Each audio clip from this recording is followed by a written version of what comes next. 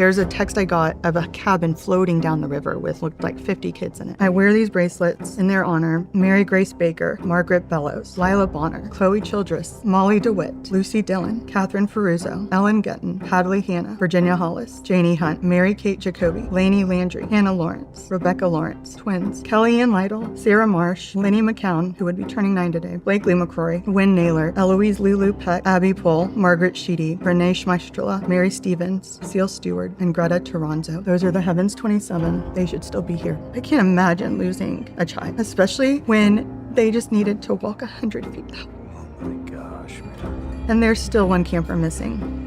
And her name is Seal Stewart. Not because of an unavoidable act of nature, but because of preventable failures. Cece Williams Stewart is the mother of 8-year-old Seal Stewart, the only camper still missing. They lost these 27 campers because they refused to evacuate them. This place is opening up again already, and they on the bodies. My life changed again on July 4th of 2025 when I was at the beach with my family, and my sorority sister's group text started blowing up.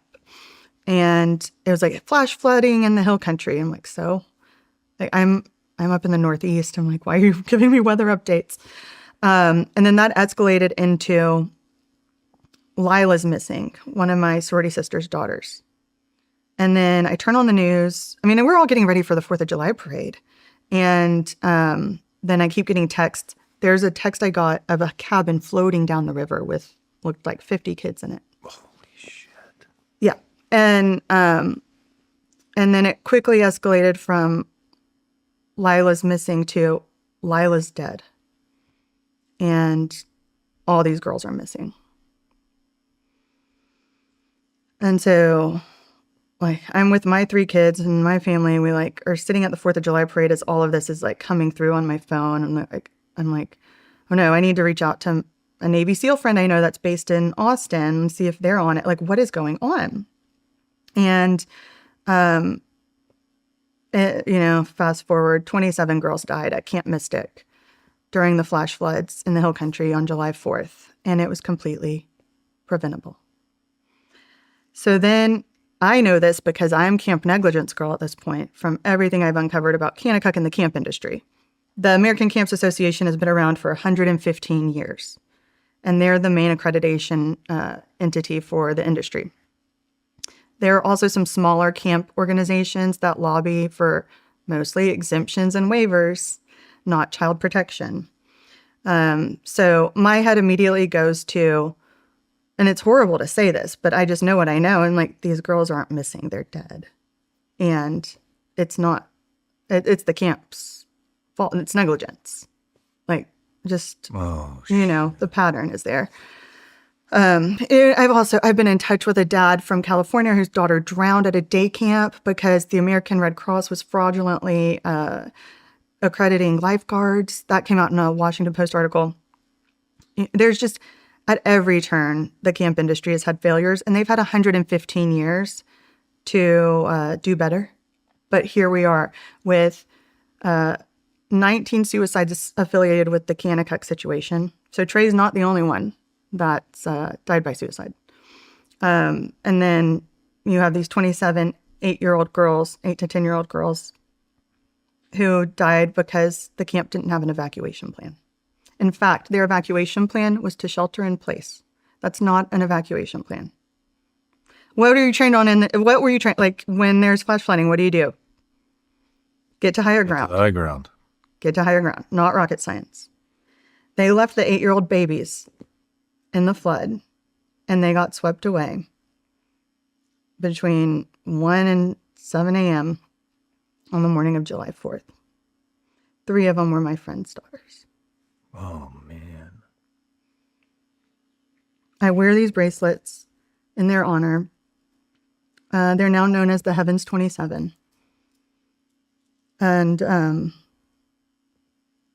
one of them especially hit close to home because my sorority sister, Caitlin, like, we lived together in the Cap House. We studied abroad in London during college.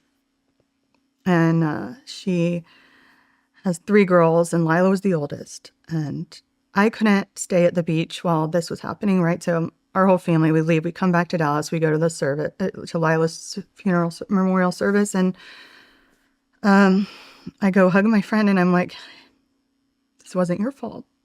She went to Mystic too, so I knew she was going to blame herself.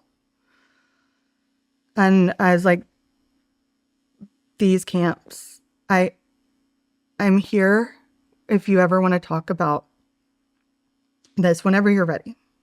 And I was like, "I'm not going to be the friend that brings you a lasagna or like a little note with flowers.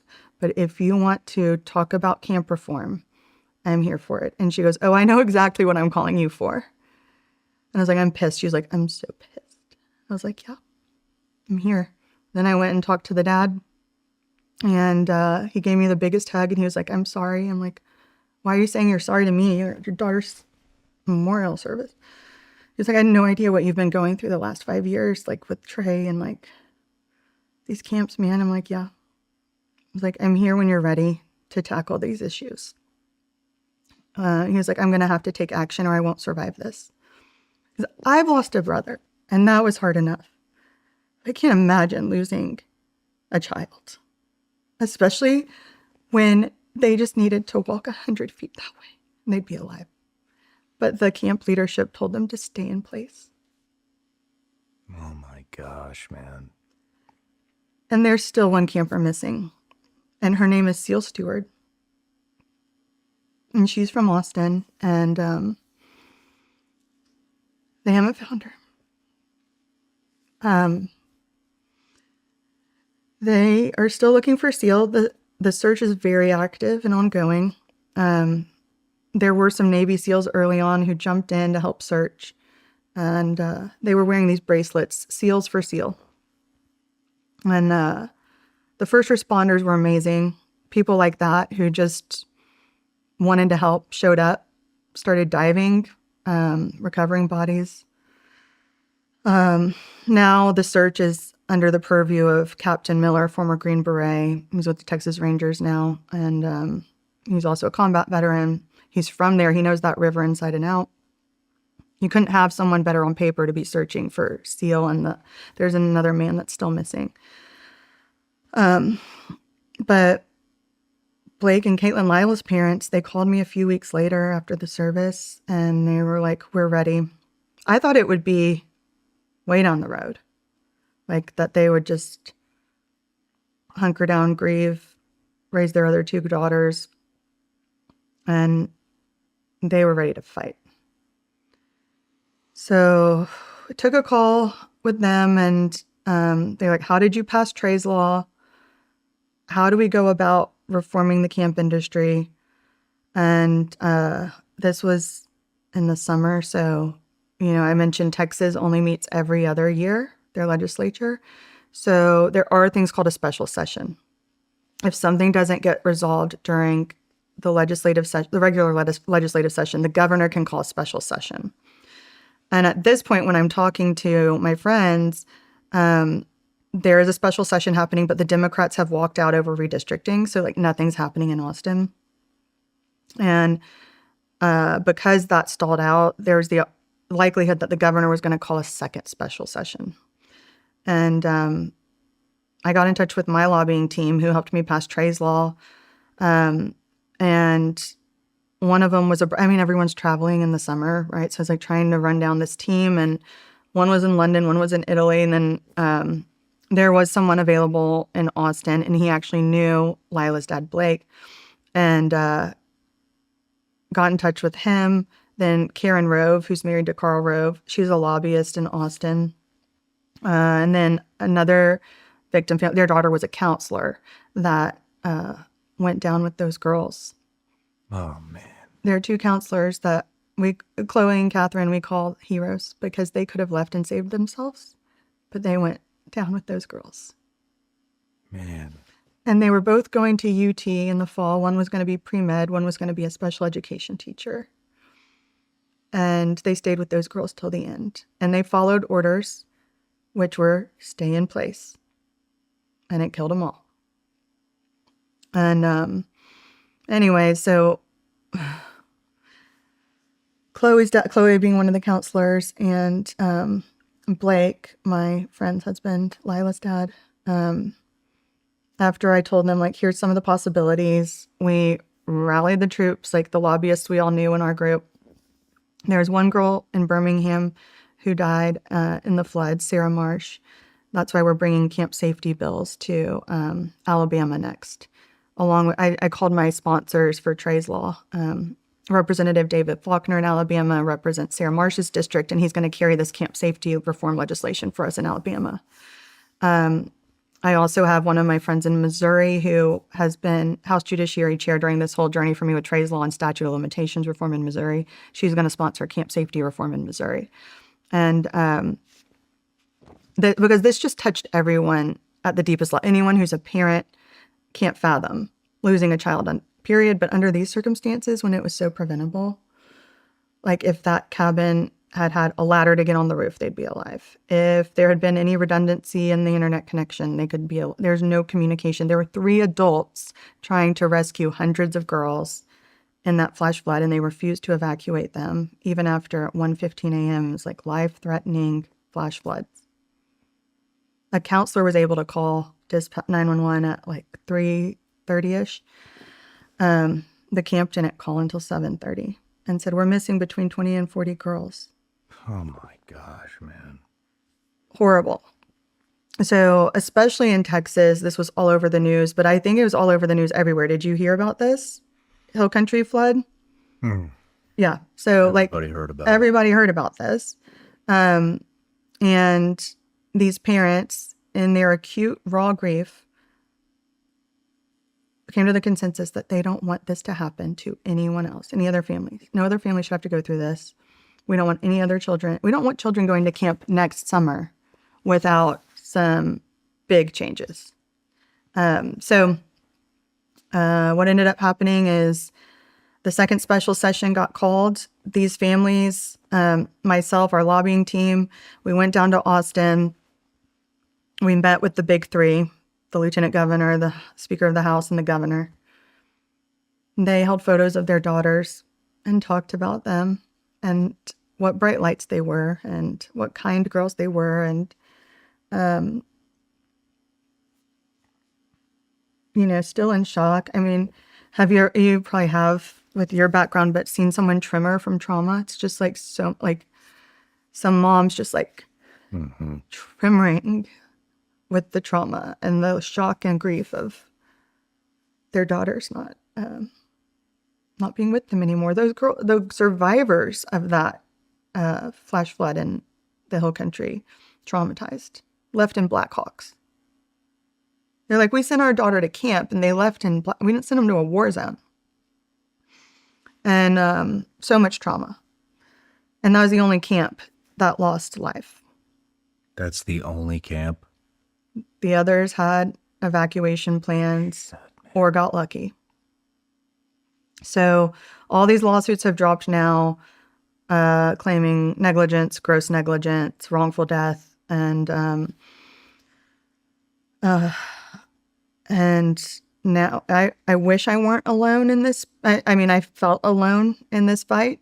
Not just the Kanakuk fight, but realizing this goes well beyond Kanakuk. Like, camps in general are so unregulated and unsafe, and they don't prioritize. They prioritize low insurance premiums, profits, getting their property taxes down. It's just like all the things you would think of to run a normal business, but this is kids and their lives. So you need to go a step further in protecting people's most precious, their children, right?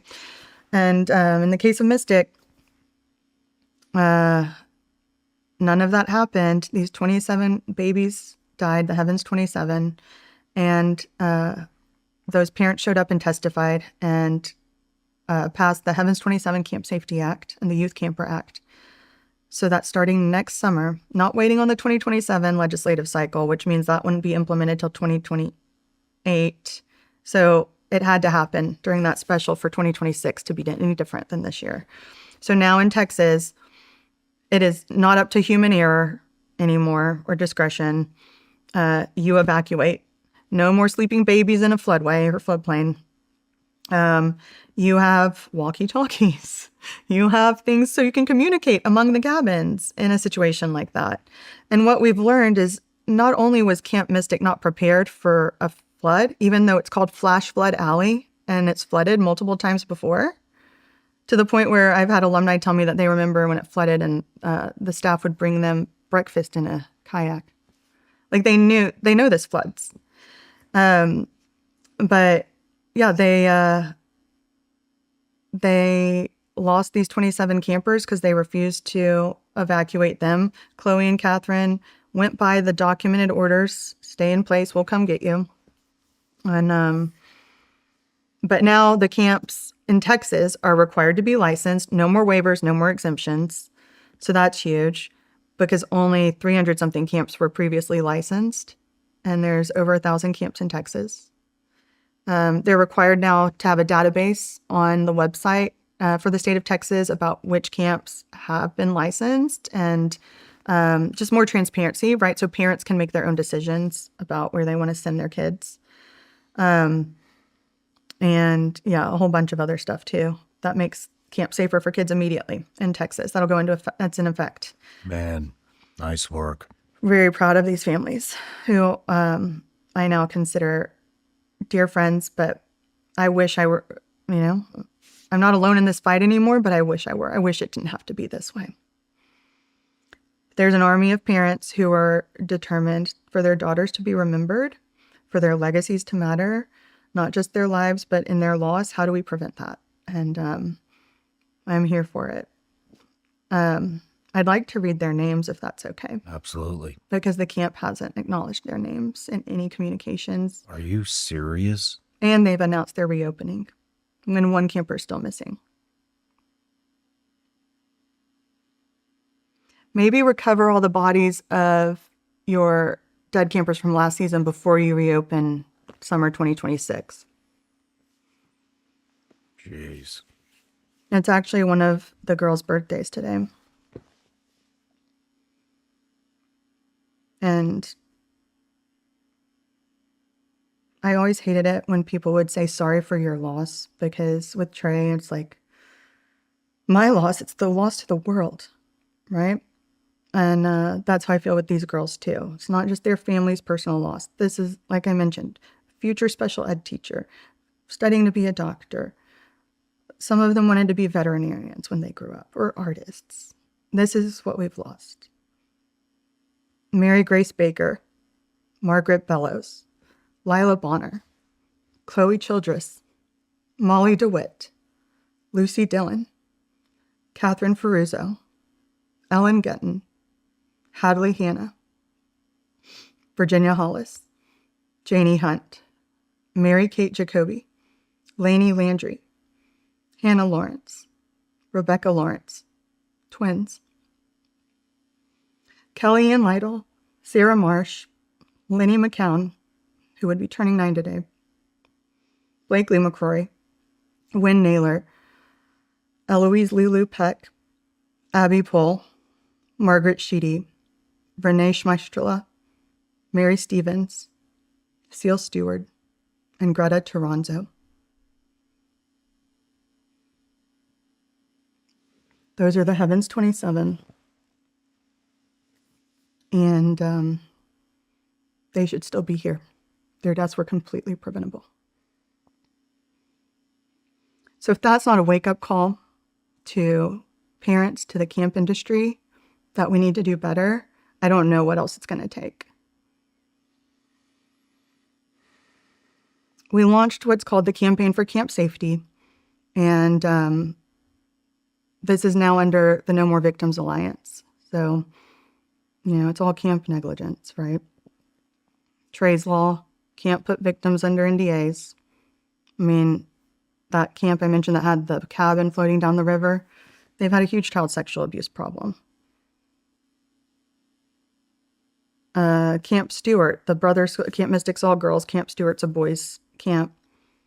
I got a call from a victim's mom because they wanted to put her son under an NDA. I have a whole database of these camps that have child sexual abuse problems. And I never thought, as a mom, I should also ask, Do you sleep 8-year-olds in a floodway? And so I started before you go to camp.com. And it's for parents to know how to vet these organizations. And it started out as just questions to ask to understand, do they have appropriate child sexual abuse prevention measures in place? If they respond, we use the Kanakuk Child Protection Plan, big red flag. We are going to add different categories to this before you go to camp.com to include these physical safety measures, because Camp Mystic wasn't prepared for an active shooter. I mean, someone could have creeped up on those girls in a canoe on the river. No plans for that kind of stuff either. But you know what's been heartbreaking is for these parents to realize that they just assumed that the same safeguarding measures in place at schools or your local YMCA. I mean, I'm looking around this room, you know, there's exit signs, there's fire sprinklers. A lot of schools have carbon monoxide detectors. Like at camps, nothing. I mean, when we were drafting these We bills. put blast film on every window and we all carry Yeah. a gun here. We don't fuck around with this stuff. Yeah. And the only people that showed up for those girls were the camp owner. He also died. And at first, everyone was like, he's a hero. He died with those girls. I'm like, he died in a ship he built that had holes in it.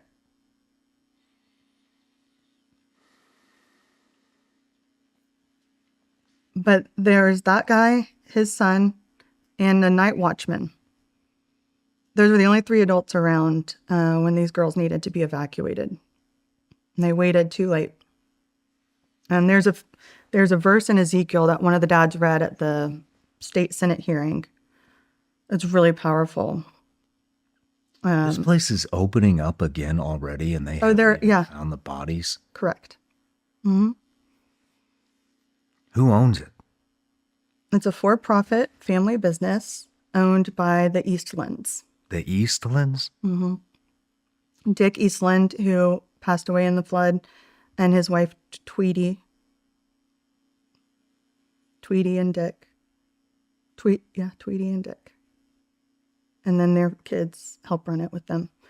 So this is what Ezekiel 33:6 says. But if the watchman sees the sword coming and does not blow the trumpet to warn the people, and the sword comes and takes someone's life, that person's life will be taken because of their sin. But I will hold the watchmen accountable for their blood. And I think that is all of our charge as the responsible adults in the room, to be the watchmen and to protect kids, whether that's guarding their innocence from sexual abuse and predators or their physical safety. You evacuate children, go to higher ground when there is a life-threatening flash flood warning, and you know how that river floods. Damn, man. It's just...